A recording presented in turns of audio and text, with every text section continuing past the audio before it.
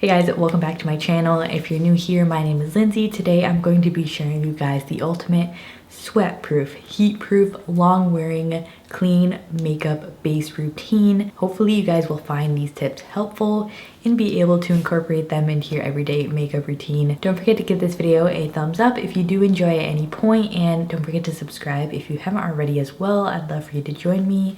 But let's get into all my tips and tricks. Before we do primer, do make sure that you have a good skincare routine on, and SPF is so important. My personal favorite is the First Aid Beauty Mineral SPF. I will have it linked below for you guys. That one's amazing and the most lightweight one I found for under makeup. My first makeup tip is to use two primers. I use the CoverFX Water Cloud Primer. I like this one for the areas of my face that don't get as oily. And then I like to do like some spot priming with the Bite Beauty Changemaker. This is the mattifying version, so I focus this where I get really oily or typically sweaty, which is just right in the center of my face for me. If you only get, say, oily on your forehead, you could just focus this there and put this everywhere else. So I'm going to start with the CoverFX Water Cloud Primer. This one isn't super dewy, so I could put this all over if I wanted to, but I do like to have just a mattifying product to help control oil a little bit more. Next up, for foundation, my tip is to use a product that works best for your skin type. Just because you're going to be hot, it's going to be hot out, you might be sweating a little bit, doesn't necessarily mean you should be using a mattifying primer, a mattifying foundation, because the more balanced that your skin is, it's going to produce less oil. Most people think that if you have oily skin, you should use really drying products, but it just, usually your skin is oily because it is out of balance. It's not necessarily always the case, but balanced skin is going to usually produce less oil. So if you have dry skin, you might want to stick to a more satin finish foundation, something that's not going to come off, but it's also not going to really dry your skin out. But if you have more combo to oily skin like I do, you can of course use a more mattifying foundation, but make sure you have a nice moisturizer or moisturizing primer underneath to help keep your skin in balance. So my two favorite foundations for long wear is the Bite Beauty Changemaker. I use this like every day. You can tell I'm almost done with this one. And my Bare Minerals Bare Pro Performance Wear. This one is more matte, so personally if I'm out for like a really long day, I know it's gonna be very hot out, I will use this one. Both of these are like really tried and true tested for me. They're not just mattifying foundations, like these stay on my face. I've tried so many foundations and these two are the ones that really last. They do not break up, they don't get cakey. They're both also very lightweight, which I feel like in the warmer weather you don't really want a heavy cakey foundation at all. So I'm going to use the Bare Minerals today. This is the shade 06 Cashmere, and with that I'm actually going to mix in the Ilia Liquid Light Serum Highlighter. This is the shade Nova. Because we are doing a more matte base, I like to mix this in because it gives a luminosity to the skin, but it doesn't change the formula of the foundation, so it's still going to be more mattifying as opposed to using like an oil as a base or just a more dewy foundation in general.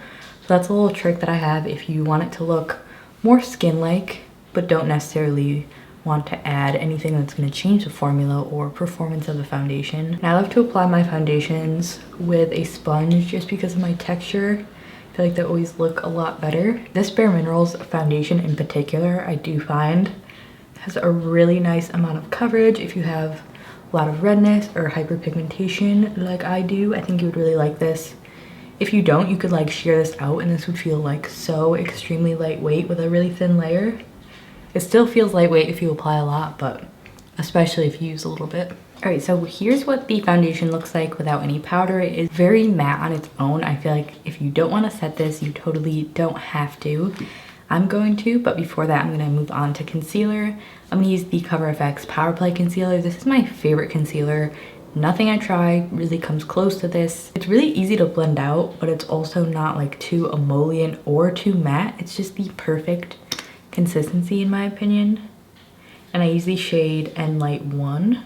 So I'm going to blend this out with my sponge, of course. I would say if you're doing long wearing makeup to kind of avoid more really creamy emollient products, because any product with a higher oil content is just gonna end up looking more dewy on the skin, which is, you know, fine if you have more drier skin or you like a really dewy look. But if you're trying to stay matte, I would avoid those really like dewy skin products. Before we move on to bronzer, I'm gonna quickly set my under eyes with the Ilia Soft Focus Finishing Powder. This isn't super mattifying, but your under eyes do not produce oil, so I feel like that's not like a huge issue that I have with this. If you're gonna use this all over your face, it is not super mattifying though. I'm going to be using a different powder for the rest of my face. I'm just gonna set my under eyes with this one. Moving right along to bronzer, creams and liquids do usually tend to blend a lot better, look way more natural on the skin, and give a really pretty glow to the skin.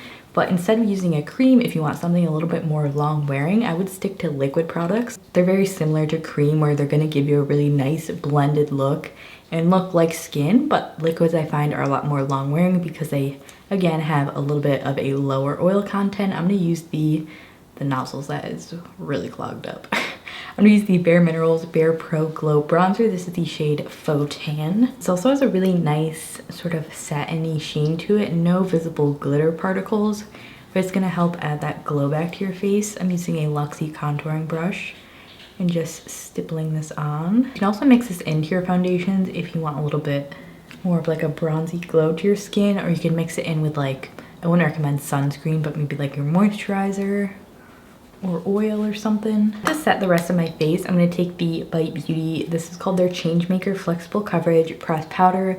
This is talc-free, very mattifying, the most mattifying face powder I own. This pairs really beautifully with their foundation. I also find it works well with almost every other foundation that I've tried it with. It is more mattifying, and the shades in these are super weird. They kind of like make your foundation a little deeper, and I don't think they have a ton of shades either, so beware of that if you're checking this out. I'm just gonna take this on a large fluffy brush, and I'm gonna focus this everywhere I did not set with the Ilia powder. You can kind of tell it just darkened. This is the lightest shade, and it like darkens my foundation even when I have my self tan on. I like to go over the liquid bronzer too, just to set it down, although it does sort of set itself just for extra longevity. So even with the powder over the liquid bronzer, you can still kind of see how it leaves the glow because of the little pearly pigments in it. I also wanted to recommend the Honest Beauty. This is the Invisible Blurring Loose Powder. I don't like this for my under eyes because it's so drying, but if you need like a really mattifying powder for the face, this stuff's really matte.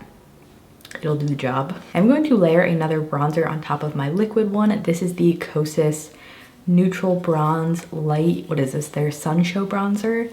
Powders like this and like the Hourglass one, any powder that has a sheen through, a luminosity, is great to use if you're doing long wearing makeup but still want a glow to the skin, because it is a powder. It's not going to add a ton of dewiness or oiliness to the skin, but it's going to make your skin look more natural and healthy.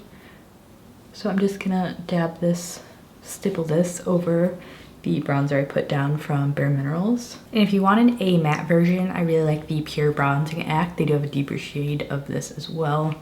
I'm gonna use this one on the sides of my nose. It's also just a little bit more neutral tone than the Kosas one. Those tend to run really warm. Another trick to keep things matte is if you have like blemishes to cover. I like to go in with a powder foundation. This is the Cover Effect Pressed Mineral Foundation. This is the shade N35. And I just like to stipple it on any blemishes. Again, because it's a powder, it's going to control oil better than a concealer, liquid concealer. My blush tip is similar to the bronzer trick, is just choose powders that have a little bit of luminosity to them, so they make your skin look more natural while still having a matte base. I'm going to use the Bare Minerals. I'm not sure this is like a blush or a highlight, but it looks like a blush on me. It's called Clear Radiance, which is just this light pink little powder that has a little bit of a glow to it. So I'm just gonna take a little bit of that and pat it where I would apply my blush. I don't know if you'll be able to see it, but it almost looks like a really just like pretty highlight. It's like a blush and highlight in one. It's very luminous. I also really like to consider the lighting of the setting that I will be in. So if I'm going outside, I usually will steer clear of really metallic highlights, anything that has a more visible glitter particle, because it just looks more unnatural on the skin. All the powders I use are really finely milled. I find they don't really like enhance texture or really draw attention to places of your face that you don't necessarily want it. Now, if you want your cheeks to have even more of a glow to it, you can top it with a highlight. This is the Bare Minerals. A lot of Bare Minerals in this video. I just really like their products. This is the Joy Endless Glow Highlight, which is too deep for me to use as a highlight, but it is a nice blush topper. And these are all very finely milled. I don't find them to be metallic. I just like to take a fan brush and layer it on top of the blush. And then again, that'll just add even more glow to your cheeks. Them cheeks. For a really natural looking highlight, I love to use the Hourglass. This is the Ethereal Light Lighting Powder. They have tons of different ones of this. This is a glowy powder that's not, it's supposed to use like all over your face, but I like to use it as a highlight because it just looks so natural and not at all like you're wearing a highlight. It just has like the prettiest pearlescence to it. All right, here we have it, very luminous skin without having to use any cream emollient type products. My next tip is for the brows. Now, I would say determine which parts of your face get the most oily or you sweat the most from. Personally, for me, I'm a face sweater, you know, I tend to sweat from my face first. And usually it's right above my lip right here, like I'm already sweating right there.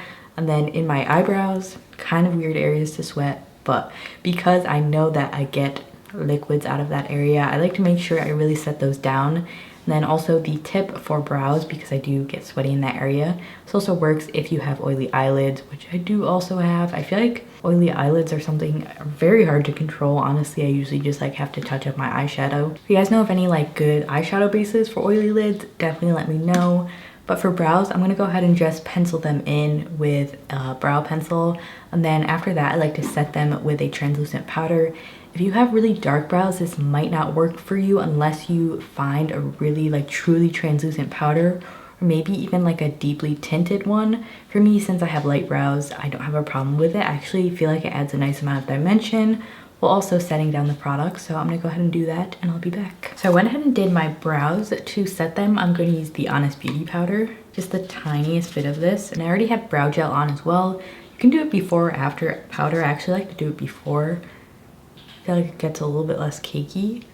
And then I just go ahead and dab it right over that. For my shadow today, I already laid down a transition shade of this shade from the Makeup Geek Warm palette. I'm going to dip into the Juvia's Place The Magic Mini. I'm gonna use this shade Nana and then this warmer sort of red shade right below it. I'm gonna take the more neutral but still warm brown shade Nana first. I'm gonna focus this on the outer portion of my eye and slowly blend it into my transition. I'm then just taking the fluffy brush I use for my transition to blend it in. Now I'm gonna do that same process with the brighter orange, but just focusing this mostly on the outer V. And I'm just gonna run those same shades under my lower lash line. Alrighty, now for a lid, I'm gonna take this gold shade called Nubia, which is next for a lid, I'm going to take this yellow gold metallic shade. This look is similar to one that I did on my Instagram. I will pop a picture in. The only difference is that I added the Danessa Myricks glaze on top of my lids to make them glossy. So if you guys were curious about how I did those eyes, this is exactly the palette that I used. All right, there we have it. And then lastly for liner, I'm going back in with the Makeup Geek palette and taking this deep chocolate brown on a tiny little flat shader. This is a Luxe flat definer brush. I love this for, why did I just hold it like that? I love this for liner. The last tip for a long lasting base is to use a setting mist. Whatever one you prefer, there are different setting mists that do different things, so make sure you opt for a longer wearing setting mist that's really gonna help increase the longevity of your makeup and not just like make it more dewy. So I'm gonna go ahead and mist my face. All right guys, that was it for our sweat-proof, heat-proof, long-wearing makeup look. I hope you guys found these tips helpful and can incorporate them into your base routine for these warmer months. Thank you so much for watching, and don't forget to give it a thumbs up if you did enjoy this video at any point. But thanks for watching, and I'll see you guys in my next video. Bye.